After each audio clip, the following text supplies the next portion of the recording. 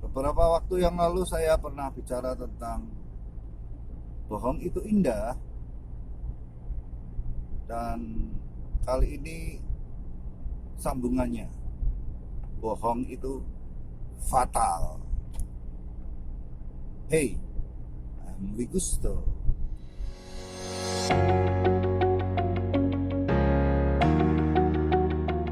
Barusan saya mendapat kabar ada seorang yang saya tahu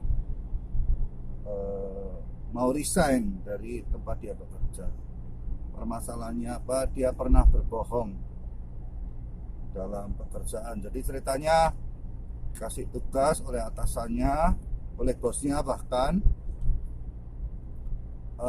ditanya, dia bilang sudah dikerjakan belum? Beres bos. Siap komandan. Beres bos, dia aja gitu. Bosnya ini feelingnya jalan. Lalu diceklah pekerjaannya. Ternyata tugas-tugasnya itu belum dikerjakan semua. Dia berbohong. Sebetulnya dalam kasus waktu itu saya sempat kasih tahu dia bahwa kepercayaan itu penting. Saya bilang, orang kalau nggak dipercaya mati. Orang kalau nggak dipercaya sama orang mati. Ya, terbukti. Akhirnya kasus apa lagi gitu, dia bohong lagi. Nah, kalau Anda dengerin sharing saya di Bohong Itu Indah, itu saya bicara banyak itu. Kalau itu merusak dan merusak karakter kita, merusak kita lah. Itu bikin nggak baik sebenarnya. Dan makanya saya kasih tahu, bohong itu fatal. Jadi kali ini saya kasih judul bohong itu fatal. Fatal. Kalau di Mortal Kombat itu fatality 101%. Fatal. Akhirnya apa? Dia dipindah tugas, jabatannya digeser. Yang tadinya jadi kepala A, dia pindah tugas. Dan masih juga berbohong sama bosnya ini lagi. Kasusnya sama, karena dia mungkin takut daripada masalah, jadi males masalah, jadi bohong. Dah, bohong. Kalau bahasa Jermannya itu APW, apusi wae. Nah, akibatnya apa? Nggak dipercaya, mati. Ya akhirnya apa-apa nggak dipercaya sudah. Mau ada tugas apa yang mendadak, butuh orang, nggak dipercaya. Bahkan untuk ngecek barang pun, menghitung barang aja nggak dipercaya. Jangan-jangan nggak dipercaya gimana? Jangan-jangan asal ngecek, nggak dicek. Kemarin dikasih tugas juga nggak dikerjakan dengan baik, bohong malahan. Belum dikerjakan dan bilang sudah dikerjakan dan hasilnya nol. Maka tanggung jawab yang kecil pun suruh ngecek barang nggak dipercaya. Padahal tinggal menghitung barang loh. 1 ditambah 1, 2, 3, 4, 5, 10. Itu aja nggak dipercaya. Coba. Mati beneran. Mati sudah. Akhirnya ya dia kepanasan sendiri. Akhirnya apa? Demotion. Demot. Yang tadinya kepala jadi nggak kepala. Selanjutnya apa efeknya? Malu, beban mental.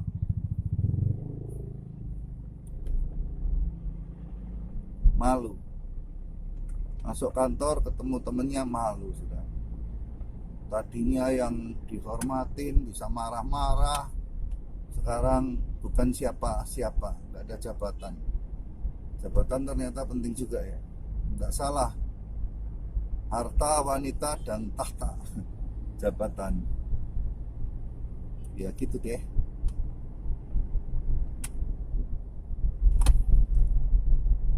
Nggak punya jabatan, jadi malu. Ya sudah, mau gimana lagi, dia kayak cacing kepanasan, serba salah. Sudah malu, mentalnya jadi bermasalah, percaya dirinya bermasalah, gak dipercaya orang, teman-teman kantor tahu kasusnya, habis. Bukan habis ya, sudah malu habis sudah.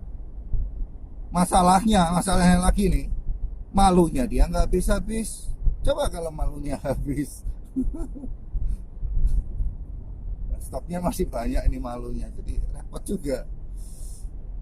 Nggak tahu malu gimana, punya malu gimana.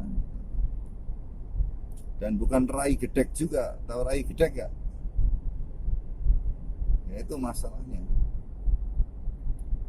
Akhirnya mau resign. Ya semoga dengan resign ini di tempat yang baru dia bisa mulai hidup yang baru, awal yang baru. Dan semoga kata-kata yang pernah saya sampaikan itu teringat dan dia bisa berubah. Karena kepercayaan bohong itu berkaitan erat dengan kepercayaan. Gak dipercaya, mati.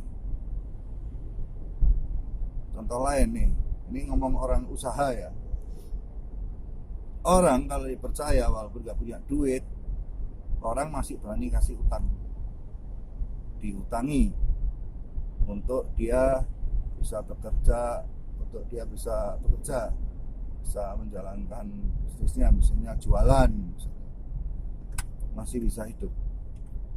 Tapi walaupun orang kaya, kalau bayar aja susah, yang nggak dipercaya, beli harus kontan, nggak bisa bond,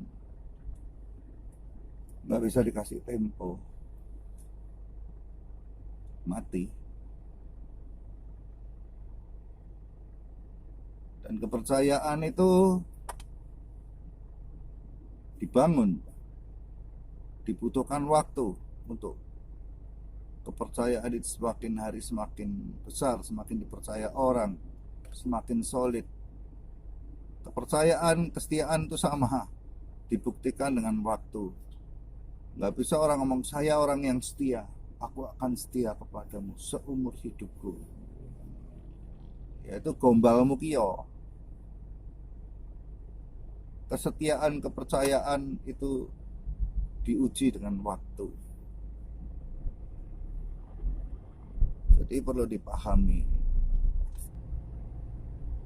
Makanya sekali lagi saya ingatkan, mendingan jujur.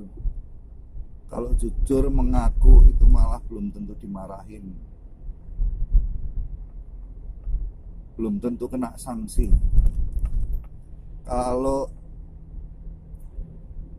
ketahuan ditanya jujur, ya kalau nggak dimarahin, nggak kena sanksi itu anugerah. Kalau dimarahin ya sudah sepantasnya dan selayaknya, seyogyanya. Tapi kalau bohong, wah itu bikin masalah itu.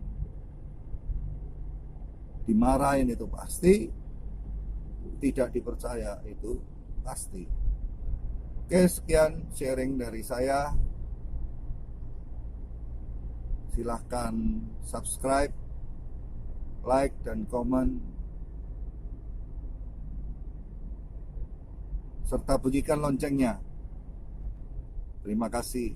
Sampai jumpa. Bye-bye.